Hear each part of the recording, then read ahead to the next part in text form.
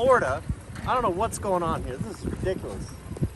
Call the station. See where this guy's at.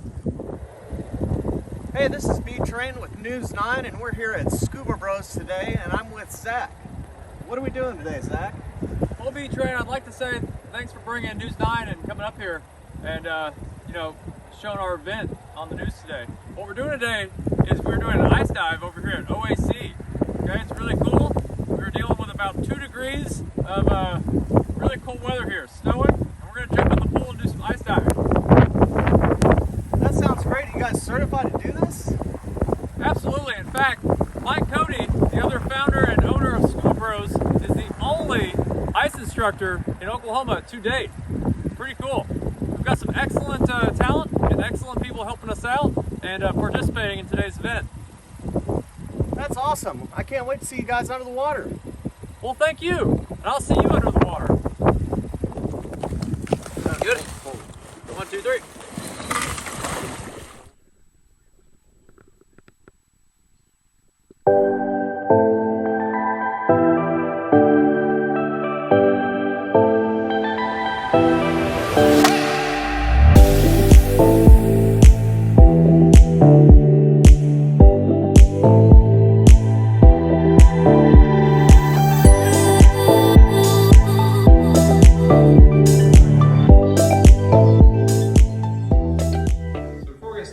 A couple good things to know about ice diving. First off, we're going to start off with proper cold weather gear so that we're warm on the surface and after the dives.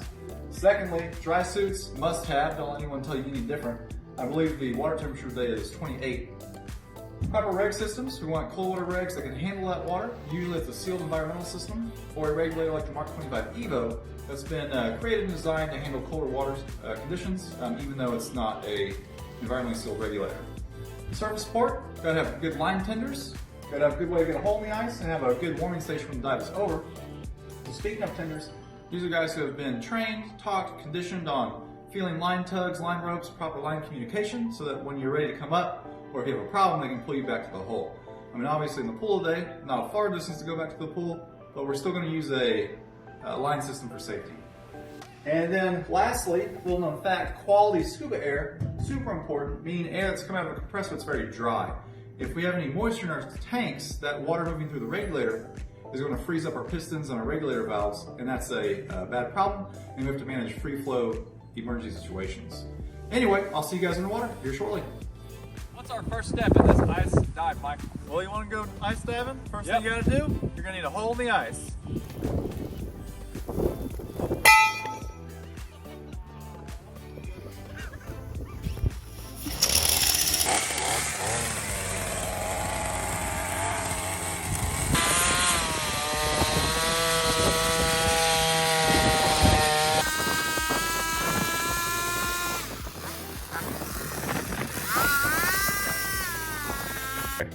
Okay, dive team, when we're talking about environmentally sealed regulators like the Mark 17 Evo, the Mark 11, or the Mark 19, we mean that as we dive deeper, water pressure presses on an external diaphragm that transfers that load to the internal components to deliver you a smooth breath of air at 145 psi above ambient.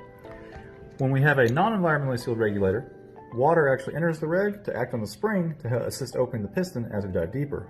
So the moving components in here are exposed to more of the cold water than the sealed ones. Personally today, I will be diving with a Mark 25 Evo because it has special bushings and coatings inside to help us dive longer in freezing temperature. Well, Michael, thanks for those great ice diving tips and a little bit of a breakdown on the regulator systems and what would be best. Hey, anytime, that's what we're here for. So, if you follow us and see any of our videos, you know we are very partial to Scuba Pro. We love that dive equipment. What would you say is the best first stage for ice diving? Either the Mark 17 Evo or the Mark 19 Evo. Okay, so everyone, this is my gear I teach in, I travel with. This is your Hydros Pro, and this is going to be with a Mark 25 Evo A700. I'm not going to change my set at all for today's ice diving, and I'm going to see how that gear holds up.